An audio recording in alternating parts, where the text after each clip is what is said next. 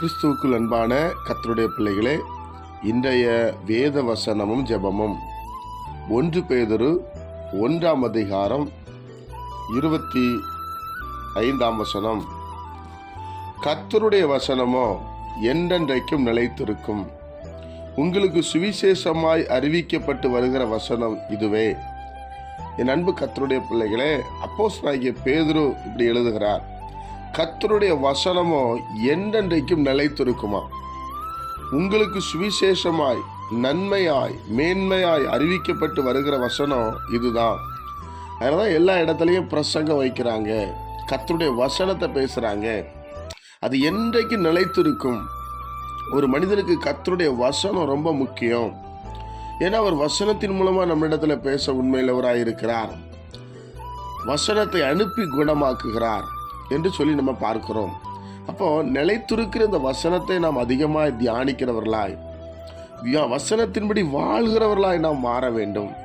ஆண்டவரே, இந்த வசனத்தின்படி என்னை ஆசீர்வதிங்க, இந்த வசனத்தின்படி என்னை நடத்துங்க, இந்த வசனத்தின்படி எனக்கு எல்லாவற்றையும் போதிங்கன்னு சொல்லி இந்த வசனத்தை நாம் அதிகமாய் தியானிக்கும் பொழுது யோசுவாவுக்கு சொன்னது போல நம்ம புத்திமானாய் நடந்து கொள்வோம். என் அன்பு கர்த்தருடைய பிள்ளைகளே, இந்த நியாயப்பிரமாண புஸ்தகம் உன் வாயை விட்டு பிரியாதிருப்பதாக என்று சொல்லி எழுதுகிறார். அப்ப கர்த்தருடைய நாமத்தினால, நம்ம இயேசு கிறிஸ்துவின் நாமத்தினால ஒவ்வொரு நாளும் தாகத்தோடு வாஞ்சையோடு ஒரு எதிர்பார்ப்போடு விருப்பத்தோடு இந்த வசனத்தை நம்ம படிக்கும்போது நிச்சயமா அந்த வசனத்தின் மூலமாக ஆண்டவர் நம்மிடத்துல பேச உண்மையுள்ளவராக இருக்கிறார். என் அன்பு கர்த்தருடைய பிள்ளைகளே, அப்போ கர்த்தருடைய நாமத்தினால நீங்க நல்ல வசனத்தை பேசுங்க. தேவனுக்கு மகிமையான காரியங்களை நீங்க பார்ப்பீங்க. தேவன் பெரிய காரியங்களை செய்வார். ஜெபிப்போமா? பிதாவே, உம்முடைய குமாரன் இயேசு கிறிஸ்துவின் நாமத்துல நாங்க வருகிறோம்ப்பா.